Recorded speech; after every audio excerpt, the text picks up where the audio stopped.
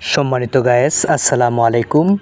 দেশ ও দেশের বাহির থেকে যারা আমাদের ভিডিওটা দেখছেন, আশা করি সকলেই ভালো ও সুস্থ আছেন।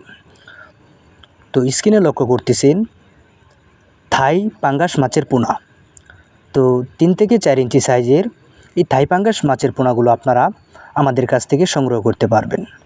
তাছাড়া পাঙ্গাস মাছের পোনা রয়েছে আমাদের এখানে ছোট সাইজের, বড় সাইজের এবং 1 ইঞ্চি, 2 ইঞ্চি, 3 ইঞ্চি অর্থাৎ 8টা থেকে 10টাই কেজি, 30 থেকে 40টাই কেজি এবং 100 থেকে 200 কেজি বিভিন্ন লাইনের থাই জাতীয় পাঙ্গাস মাছ আপনারা ক্রয় করতে পারবেন।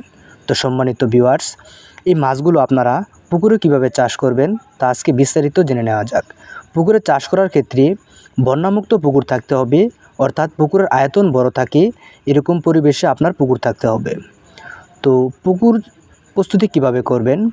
তো প্রতি শতাংশে 500 গ্রাম হাড়ের সার, 300 গ্রাম হাড়ের চুন প্রতি শতাংশে দিয়ে 4 থেকে 5 ফিট পরিমাণ পানি দেওয়ার পর 48 ঘন্টা পর আপনি এই থাই জাতীয় পাঙ্গাস মাছের পোনা নির্বাচন করতে পারবেন।